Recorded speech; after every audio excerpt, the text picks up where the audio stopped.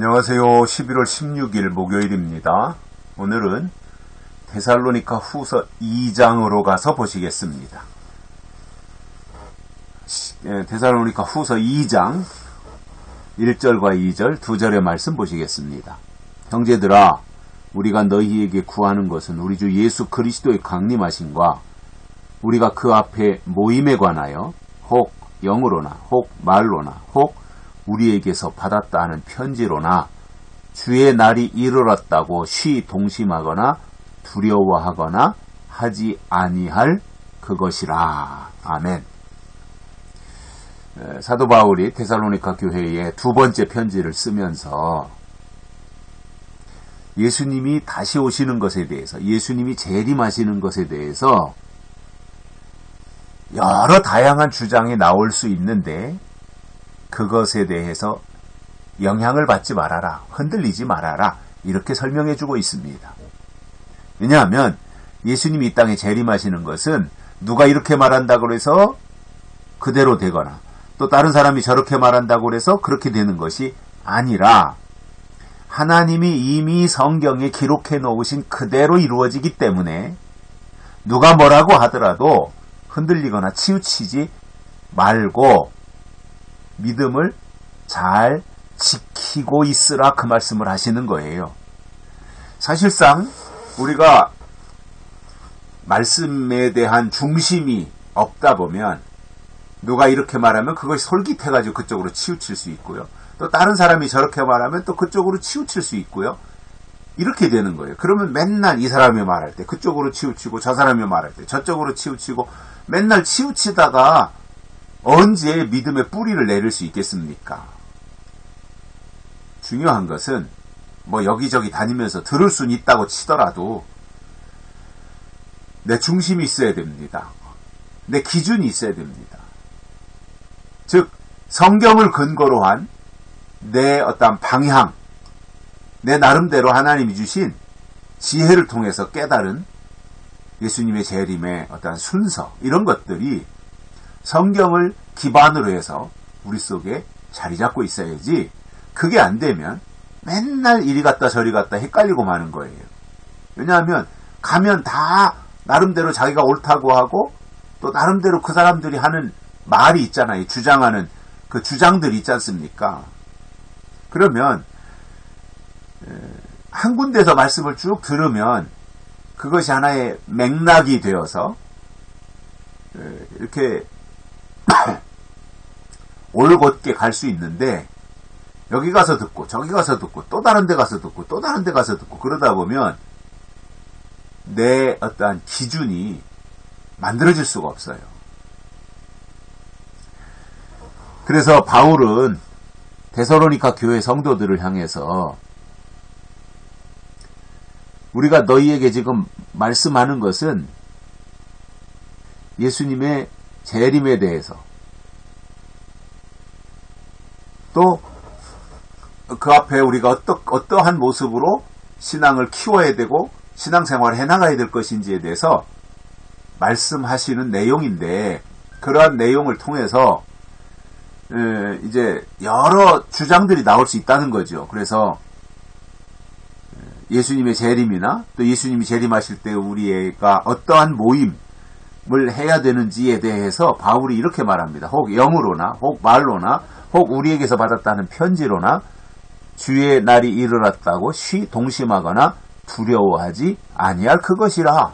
흔들리지 말라 이거예요. 동심하지 말라 이거예요. 어떤 사람은 내가 지금 하는 말이 영으로 하는 말이다. 또 어떤 사람은 선지자들, 사도들에게 편지를 받았다. 주의 날이 편지를 받고 보니까 주의 날이 임박했다고 하더라. 아무개가 또 이렇게 말했다. 그러한 것에 영향을 받고 동요되지 말라는 겁니다. 사람은 그럴 수 있거든요. 빈총도 안 맞은 것만 못하다고 불필요한 말을 들으면 생각이 그쪽으로 가는 거예요. 그래서 저는 요한계시록과 재림신앙에 대해서 너무 여기 가서 찔끔 저기 가서 찔끔 또 다른 데 가서 찔끔 계시록 하는 데는 다 돌아다니면서 들으면 그게 결코 도움이 안 돼요. 그냥 한 군데다가 정착을 하고 또 참고나 도움을 받기 위해서 한두 군데 어떠한 보조로 이렇게 생각하고 그렇게 방향을 정하고 가야 신앙이 안정적이 되고 정착이 되지. 이게요, 말이라는 게요, 이 말 들으면 그게 옳은 것 같고 저 말 들으면 저게 옳은 것 같고 다 성경 가지고 하고 다 계시록 펴놓고 하는데 누구 말을 듣고 따라가려고 하는 겁니까 도대체가? 그게 말이 안 되거든요. 그래서 바울이 지금 그게 걱정이 되는 거예요. 예수님의 재림에 대해서, 또 그때 재림하실 때 어떠한 모임을 가져야 되느냐, 모임을 어떻게 해야 될 것이냐, 이런 것들에 대해서 영으로나 말로나 편지로나 이렇게 할 수 있지 않습니까? 그런데 그것에 대해서 동심하지 말라는 겁니다. 주의 날이 임박했다고 말할지라도 동심하지 말라는 거예요. 흔들리지 말라는 거예요. 치우치지 말라는 거예요.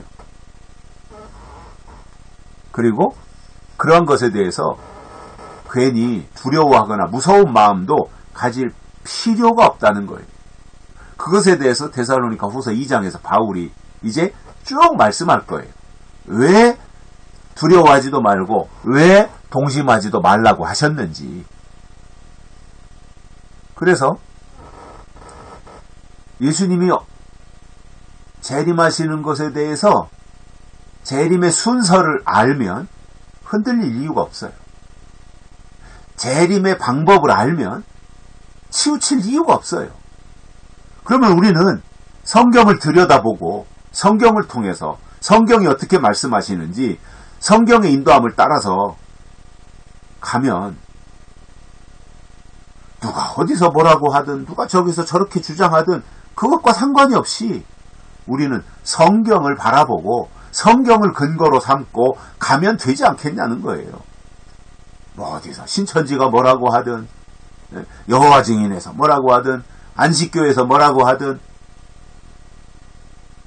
또 뭐 계시록을 하는 뭐 여러 가지 단체들이 많이 있지 않습니까? 그런 데서 뭐라고 하든 그런 것에 대해서 비중을 두거나 마음 뺏기지 말고 우리의 중심을 가지고 우리가 주장하는 이 성경, 요한계시록 이러한 것을 우리가 바라보고 생각하고 깨닫고 나가면 그게 더 큰 것이 아니겠어요? 결국은 하나님 앞에서 내 문제잖아요. 어디 사람들이 많이 모인 데 가서 대단한 그 유명세를 떨치는 사람한테 가서 들으면 뭐 내가 거저 되겠습니까? 그렇지 않잖아요. 다 거쳐야 되는 과정이 있잖아요. 그런 것보다는 하나님이 우리에게 주신 우리 분명하게 있잖아요. 약속의 말씀, 예언의 말씀, 이것을 우리가 분명하게 가지고 있잖아요. 계시록. 그러면 거기에다가 뿌리를 내리고 또 거기에서 우리가 영양분 공급받고 양식도 제공받고 그러면서 우리의 믿음을 지켜나가면 영으로나 말로나 편지로나 흔들어대는 세력들이 나온다고 할지라도 잘 비교하고 분석하고 검토한다면 올바로 갈 수 있는 길이 열리지 않겠습니까? 여기까지 하겠습니다. 고맙습니다.